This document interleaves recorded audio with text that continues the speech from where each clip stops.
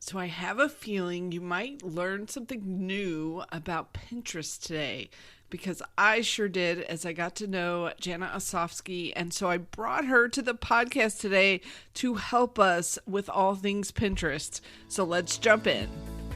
Welcome to the Course Creators HQ podcast, helping you navigate the latest techniques for creating and marketing online courses. And now, here is your host, Julie Hood.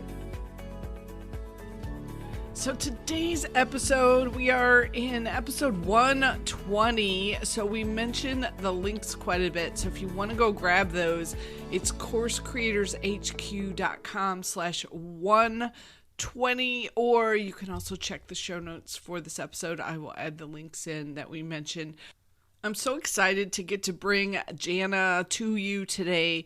She has some incredible knowledge and many, many years of using Pinterest, and she's going to share her secrets with us today. So make sure that you follow her on her socials, follow her on social media, come connect with her on Clubhouse and get going, because I really do think that Pinterest can be a whole nother long-term strategy for you so that your content is out there. One of my big questions, I'm going to do an episode about this for you, is how many things am I doing that are immediate, current, and how many things am I doing that are long-term, forever, and balancing that out. And Pinterest can be that long-term for you. So let's get going. Oh my goodness, gang, this is going to be so much fun, and it's actually been in the works for a while. I have Jana Osofsky here with us today, and she's the Pinterest queen, and I'm so thrilled because we have been talking about Pinterest for ages now, and I've been wanting to share her with you because her stuff is so good. I looked and got through her course, and it is amazing, all about using Pinterest to help you sell your courses. So Jana, welcome. So glad you could be here today. Thank you Thank for you. coming. Yeah, thank you for having me. I'm so happy to be here. And I love how you help course creators when they're trying to find their audience. Like, that's a big question. So if you don't mind, let's kind of jump in, and then as we go, we'll talk about like what you've done and how you've gotten here and all those kinds of things. But Sure. if somebody's thinking about Pinterest and they're like, is this for me? What would be the first thing you would say to them as they're thinking about it? Yeah, great question. So a lot of people, when they think about whether or not their course could sell using Pinterest, or if they could sell more of their courses and build more of an audience for their courses on Pinterest, they wonder about what their course is about and whether it's something that people are even looking for on Pinterest. Like sometimes I'll hear that show up as someone saying, well, I think Pinterest is really for recipes or crafts, and my course isn't about that. So I would say one of the first things to think about is don't assume that what your course is about isn't being searched on Pinterest, because the platform has actually grown tremendously over the last, few years, really 4 or 5 years. It's like tripled in size a few years ago over the course of a couple of years. And people are searching for all kinds of things around all types of basically self-improvement things. So things to help them make their lives and their businesses better in one way or another. So chances are, if you have a course that's helping somebody with anything related to, the big three: health, wealth, relationships in some way or another, or even hobbies, just about anything that your course is about, it's probably being searched on Pinterest. And there's probably a place for you to be able to get on there and get in front of people who are searching, because it's a search engine, for the things that your course helps with and the problems that your courses solve. So that would be my first thing.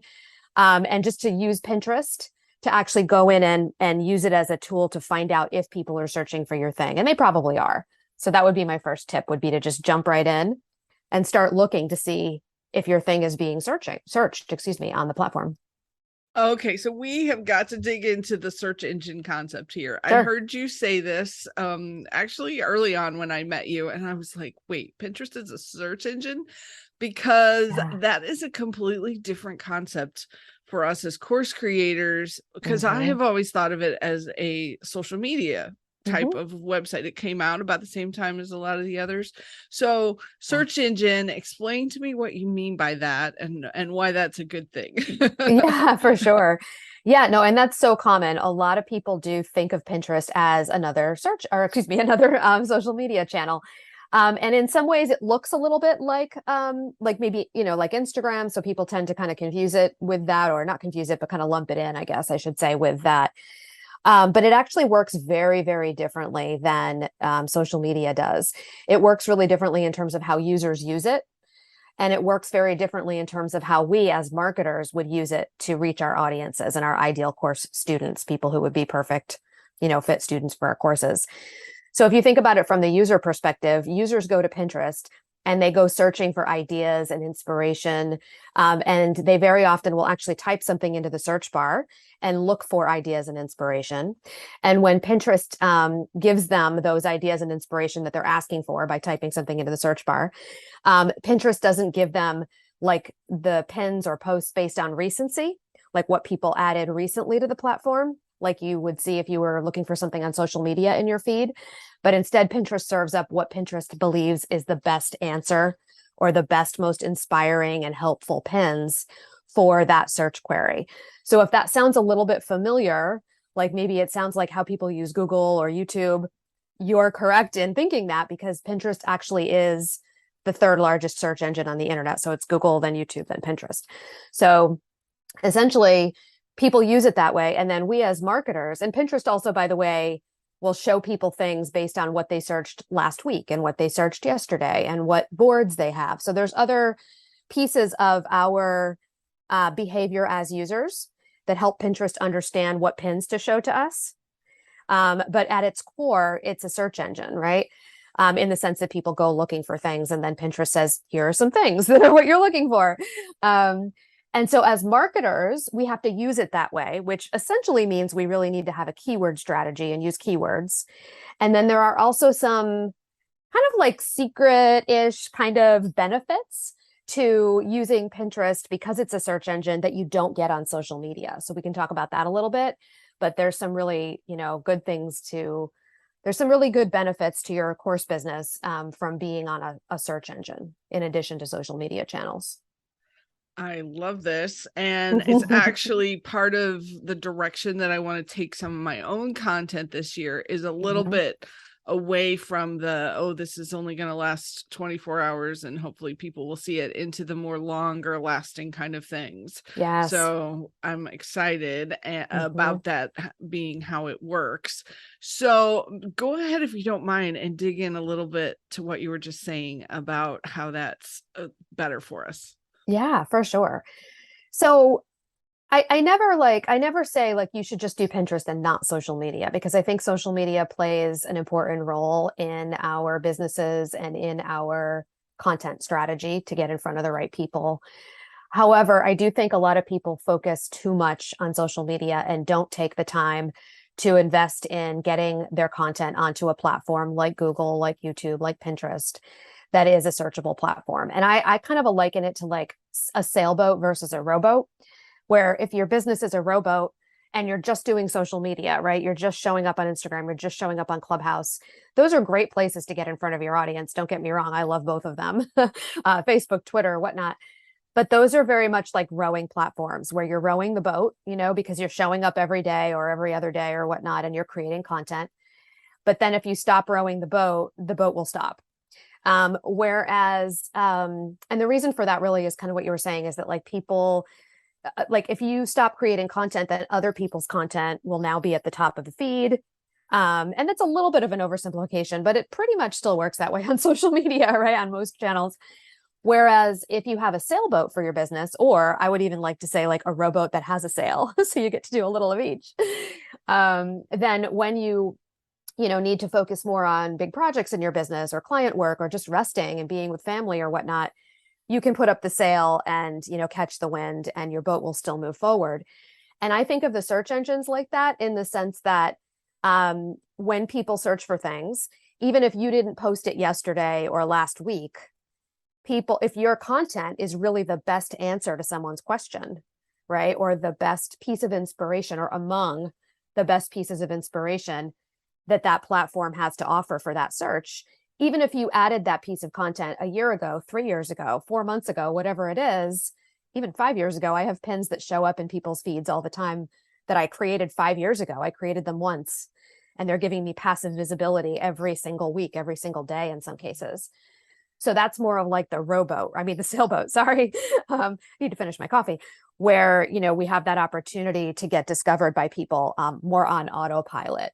So there's more passive visibility. And again, my philosophy is I think we should pair these two things. I think we should have some rowing platforms and some sailing platforms. So for me, Pinterest is one of the sailing platforms, and I think everybody should be on at least one of the sailing platforms. So that's my philosophy. Yes, I love how you put that. And are there a rowing platform that you say you would think kind of matches well with Pinterest if we're trying to decide where to play? Yeah. Is there one that you like, or not necessarily? I would say not necessarily. I like how you teach things, Julie. I love listening to you teach, as you know, because I am often doing so. And one of the things I really like about what you say is really choosing platforms that feel fun to you and feel aligned for you. And I don't think that there needs to necessarily be a particular one to pair with Pinterest, but if something feels fun, then it can be part of your suite. Yeah. Or your stack. Once you start creating content, you can repurpose it all over. And I know that's true. Yeah. Anybody that's on Clubhouse, you should come to Clubhouse, because Jana does so many amazing rooms on Clubhouse. So make sure you come over. I will put the link in the show notes to your Clubhouse account so that they can come follow you and seek you out on there, because your rooms are so good. That's actually how we first met, because I came across one of your rooms and I was like, oh my goodness, she knows so much about this. I've got to get her get connected, because you not only do you know it, like you teach it well, because sometimes those don't always go together. So, and thank you. And right back at you. You're an incredible teacher on Clubhouse and in all places as well. And as you know, anytime I get a chance to jump into your rooms and hear new insights about creating courses, selling courses, because that's what I do too, I'm there. So, yes. You're so a great teacher. Let's tell everybody about that too, because I know you've got these courses, so let's talk about them a little bit. The first one is Pinterest with Purpose. Right. And so who should jump into that one? What do they learn? Kind of give us the scoop. Yeah. So I created Pinterest with Purpose for people who are really new to Pinterest, or people who have been kind of trying to do Pinterest, but they don't really get it. And a lot of times that goes hand in hand with not being consistent, because if you don't get it, and it's confusing to you, which it often is for people, because it's not social media and people are like a little vexed by how this works. They try to apply their social media strategy and they're like, wait a minute, this isn't working. So then that feeds into like not being consistent, because you're not really sure what you're doing. You don't feel confident, so you're not consistent. So it's really for people who are either new to Pinterest, like brand new, and they just are Pinterest curious, and they're hearing these things from maybe, someone in their mastermind is using Pinterest to get clients, or someone in, Clubhouse that they hang out with is using Pinterest to sell their courses. And they're like, how does this work? Or someone who is already trying it, but just isn't, quite getting it. And it's really my like step by step system that I used for 6 years plus with clients to set up Pinterest profiles that have a purpose. So a lot of people think about Pinterest as kind of being pretty. And so the idea with Pinterest with Purpose is teaching you how to use it to make money, really, is what it's about. It's using it for a purpose, to grow your business. So yeah, that's what it's all about. And it really takes you from not understanding how Pinterest works at all, really, to having a fully optimized setup profile that's ready for you to start pinning and seeing results with. So, yeah. Oh my goodness. Well, and for everybody who's listening, I tried to do this on my own before I knew about Jana, and it failed miserably. So I'm so excited, because I'm going to use your course and your lessons, and I'll come back and let you guys know how it goes. But I'm looking forward to doing it right this time. Yeah. And that's really what it is. It's a step-by-step methodology. And it includes a lot of like a good deep dive on keyword research, which I know a lot of people don't think is the sexy part, of Pinterest or any platform for that matter. but the results that you can get if you really do know how to do keyword research and you apply it properly are like super sexy, right? So it's not as hard as people think it is, and it's not as boring, believe it or not. Most people, when they dive into my course, they realize that keyword research isn't hard, that you just need a method to follow. And then you're like, oh, okay, right? And then also they realize that the keyword research is very clarity inducing for them as well. It helps them really understand their ideal audience, because doing keyword research is essentially finding out what your ideal audience wants and is looking for. So that is just part of the course, but it's the part I would say that I think is one of the parts that I get the best feedback on from people. So that's part of it. Well, and anytime you can dig into what your folks are wanting, what your people need, like that is gold. So that's going to be really good. And so I know you have a free web class that we're going to share with everyone. Yeah. And that, tell us what that's called and how we can jump in, and I'll put the link in the show notes too. So perfect. Yeah. Yeah, it's called it's my free masterclass, my free Pinterest marketing masterclass, and it's called the 5 Secrets for Using Pinterest to Grow Your Audience on Autopilot and Get Clients and Buyers. So it's really specifically, and you asked this and I didn't really answer it, for online coaches, service-based businesses, course creators, digital product sellers, basically like knowledge-based entrepreneurs. So there are a lot of different people who do well with Pinterest. But those are my people. That's who I teach. And I teach strategies that are, and I've worked with clients over the years who do it that way. And so I teach strategies that work for those people. So it's not really for like e-commerce sellers, for example. A lot of people create Pinterest education for e-commerce sellers. That's not me. I'm really helping the knowledge-based entrepreneurs, including, of course, course creators. So yeah, it's the 5 secrets for using Pinterest to grow your audience on autopilot and get clients. And the 5 secrets really are the things that I think are important for you to know. A lot of them roll right up to this idea that Pinterest is a search engine.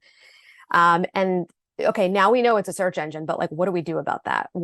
How do we do things differently? And how do we set it up in a way that that works because it's a search engine, so that we're not like rowing. Now I'm mixing my metaphors, but trying to row upstream, you know? So people who take that free masterclass, it's an opportunity to just dip your toe in for free, learn from me, the Pinterest 101 basics. It's very meaty and actionable. And a lot of people, walk away with like basic knowledge about how Pinterest works and how to use it that they just didn't have any idea about before. So I get great feedback on it, and I hope a lot of people will think about jumping in and taking it. It's free. So why not? It's free. Yeah. I'm going to send all of my students that I'm helping with their marketing. I'm going to say, you guys got to go watch this and get started, because the biggest thing that I think that you taught me about Pinterest is the fact that the stuff is going to live on and on and on. And yeah, I know that it's beautiful. Yeah. And when people are just getting started, I know that's not one of the things that they really think about initially. It's more like, oh, how do I find my people? How do I find them? But once you get into it for a while, then you start recognizing like, oh, I've been working so hard at all of this. What's going to last and keep helping me ongoing? Yes. So that's really good. A couple other like technical things that I wanted to ask you about before we have to finish. But do we need to pay for tools if we're going to use Pinterest? Is it going to be like, do we need to pay for anything extra? Can we just use the Pinterest platform? No, I teach organic strategies, meaning, not ads. Ads can have a place in people's business, but that's not where I think, is a good place to get started with Pinterest. And as far as like doing the keyword research that I teach, we use free tools that are available right inside of Pinterest for keyword research. Awesome. In fact, there are actually no legitimate third-party tools that you can buy that legitimately give you anything that you can't get for free right on Pinterest in terms of keyword research, because Pinterest has not opened its API to any third-party tools. So yeah, no, there are no like softwares or anything like that. And as far as scheduling software, you could use a scheduling software if you want like a low-cost one, but I don't, and I don't teach people to do that because I really the amount the cadence or the number of pins that you need to pin every week is much lower than it used to be with Pinterest, if that makes sense. Really? So the best practice is really only 1 or 2 pins per day maximum. And so if you're doing that, you can actually use the native scheduler in Pinterest, which is free. There might Yeah. be some benefits to paying for a $15 a month scheduling software. You might already have one that you're using that works for Pinterest, and you could do that. But that's, I personally, for my own business and for my clients, and what I recommend to students is just to use the native scheduler, which is free. Good. Oh, I'd like to hear that. One less expense on the list. So Yes. that's Yeah. awesome.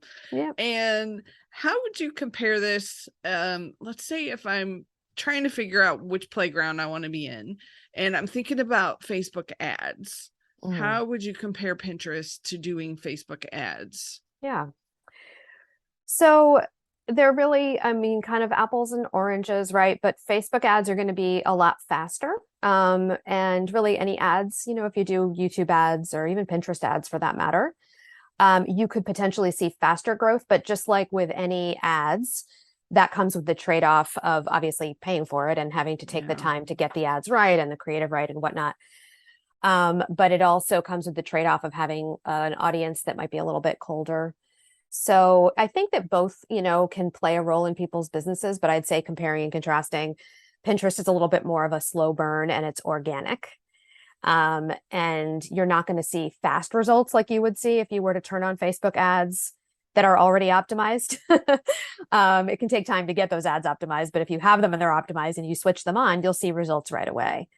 Pinterest is not the kind of platform where if you're doing it organically, you're going to get on there and you're going to see results right away. It does take time to build and snowball over time.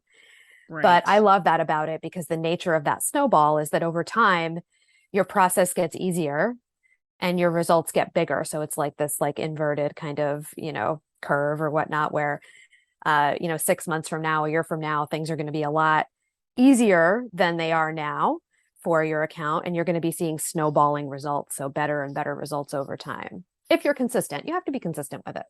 Yeah. Yeah. Okay. Well, and just for a lot of my listeners, I know just the trade-off of, do I pay for this or can I do this without having to pay for it? That can make a big difference for some of the folks. So that may be absolutely. part of the decision too. So well, two things. First one, any last piece of advice that you would give for course creators as they're thinking about jumping into Pinterest, like anything you would leave us with? I would just say that, we didn't really talk about repurposing content at all, but if you're working hard to create content on any other platforms, Pinterest is a great repurposing platform. And I always say to people, yes, it takes a little bit of extra time to take your content and repurpose it, whether that's, Instagram Reels, TikToks, blog posts, whatever it is, and get it onto Pinterest. It does. It takes a little bit of extra time, and we want to do it in a way that's classy and platform appropriate and strategic.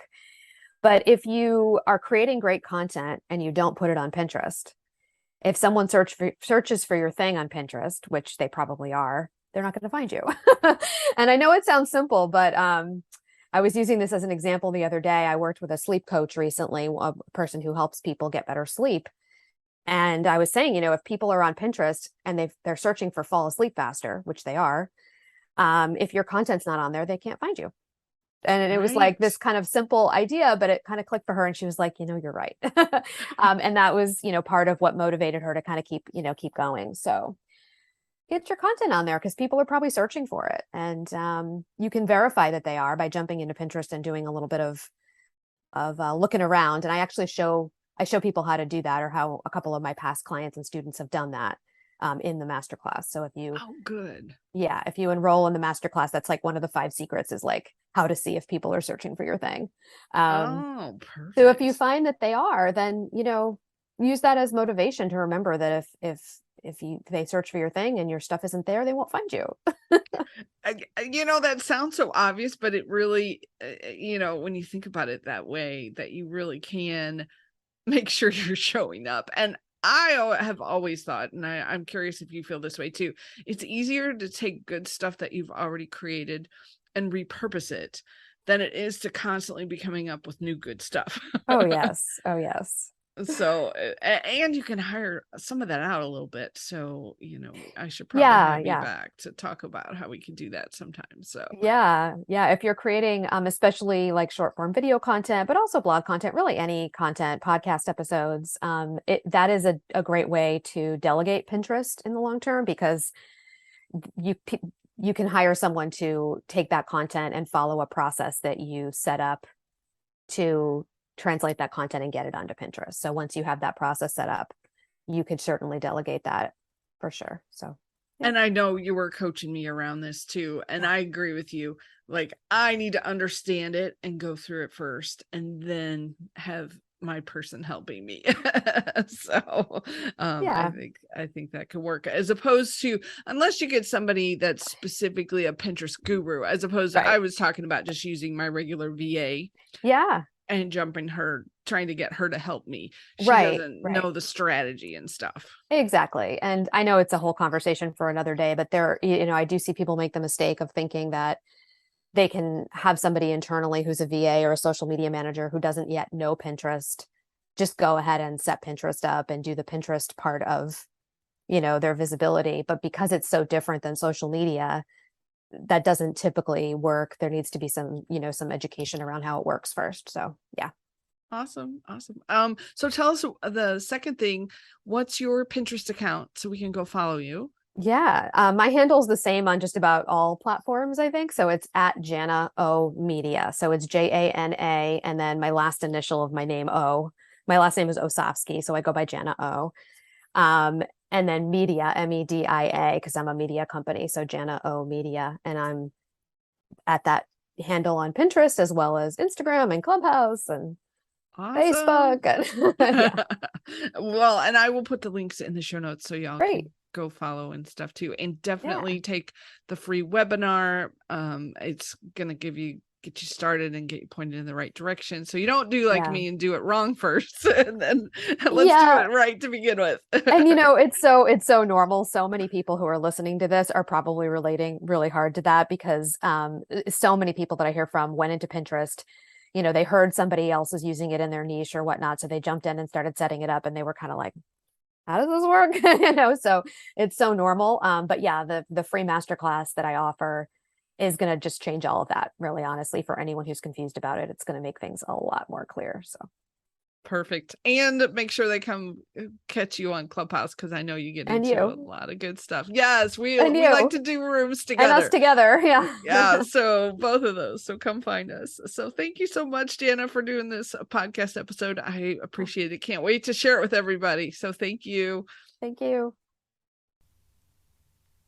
So I hope we intrigued you to think about Pinterest and how it could be a part of your promotion strategy, a part of how you find your students, and just jumping in to see a little bit more with Jana's masterclass. You'll be shocked at how much you get from that. So the link is in the show notes, and grab that course so that you can get started, at least know yes or no if maybe Pinterest could be a good place for you to play. So thanks so much for listening. Hope you enjoyed this episode, and I will catch you again next week.